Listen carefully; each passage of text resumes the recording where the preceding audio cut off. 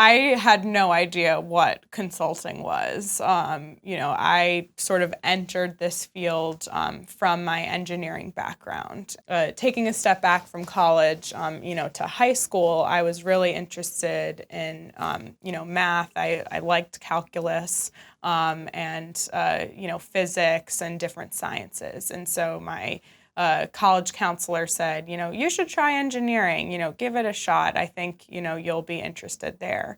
And so I figured, why not try out engineering? I can always, take a step back and become like a math major or something, if I'm not loving engineering. And I think freshman year, I took a Chem 101 class and hated it.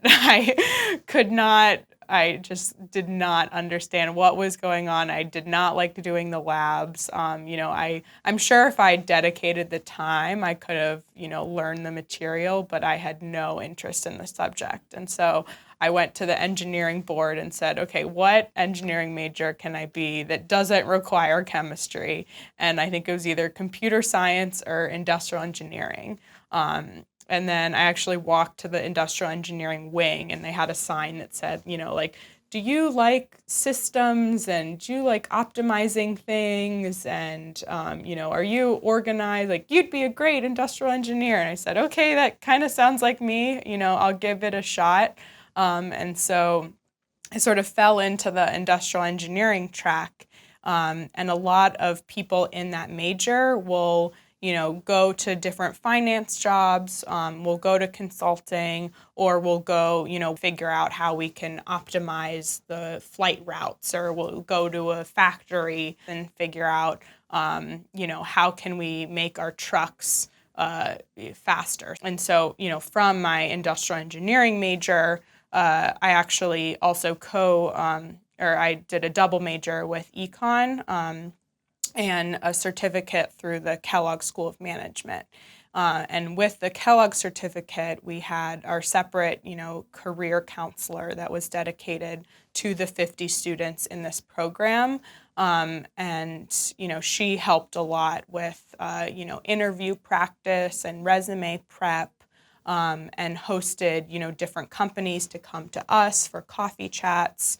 And sort of through all those different ways, I learned about consulting firms. And I had no idea what I wanted to do after college. And consulting, seemed like a really great opportunity because it was high paying and, I could learn about a lot of different industries, meet a lot of different interesting people. And there were a lot of great exit opportunities after consulting. A lot of people might go to business school after or will go to a startup. And I wanted to keep my doors open because I didn't know which ones to close. I went to the career fairs, I talked to different companies, I tried to network as much as possible, with people in these consulting firms to understand what do they actually do? What is a day in the life, which they can't ever describe and I can't ever describe because it's always changing. But really meeting as many people as possible, helped me understand some of the nuances between the different firms. At the time I was a junior, so I was looking for a summer internship between my junior and senior year. And I was fortunate enough, to get an offer in our Chicago office. Like a full-time employee, I was traveling to my client in Hartford.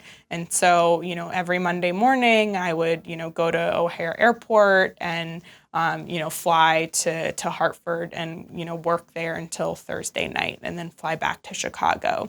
And then at the end of that summer, I was given an offer to return for full-time.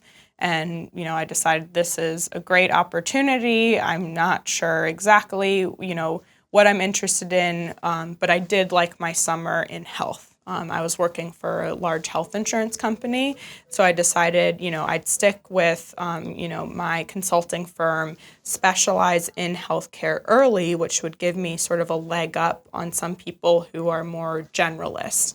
So one really great thing about consulting is that a lot of firms will hire from any industry or from any major.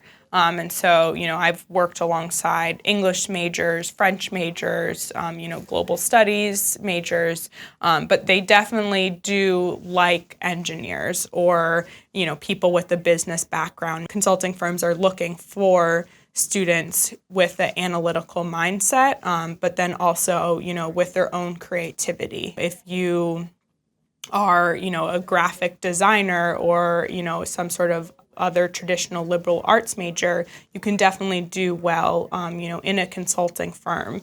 You might need to brush up on your Excel skills because we end up doing a lot of sort of financial modeling. And so that's definitely important, but it's not, a make or break decision for consulting firms. All consulting firms have an interview process that is pretty demanding. And in the first round interview, typically we'll have a behavioral interview, so questions like, tell me about a time when you were challenged, or tell me about a time when you had to convince some sort of leader that you were actually right and their sort of analysis was wrong. Different questions like that. And then there's a case interview portion. And so that's when the interviewer will present some sort of little puzzle or longer case to you. Sometimes there's slides that you have to go through, a graph that you might have to read. So I think in my interview, someone had just watched the movie We Bought a Zoo, and I was asked, so you were given $1 million and some land to start a zoo. How many animals do you have to have? How much should you charge for ticket prices? What are the costs of operating a zoo? And so really, the consulting firms want to understand how you think and how you problem solve, and that's what the case interview is for.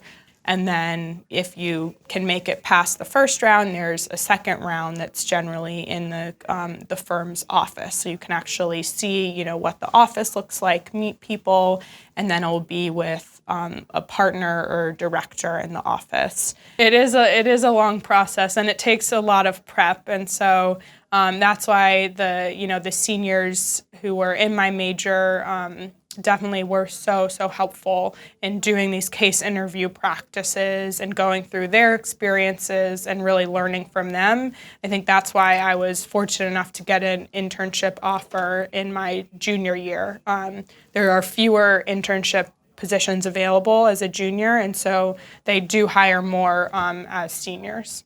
So for consulting, since there are set roles at every level, it's pretty transparent. So, as an associate, you're hoping to get promoted to senior associate. You're not going to jump to manager. And you sort of follow that career path up to partner if you decide to stay in consulting. Some people will leave to go to business school when they're in either an associate or a senior associate, and a lot of consulting firms will sponsor it, which is a really amazing perk.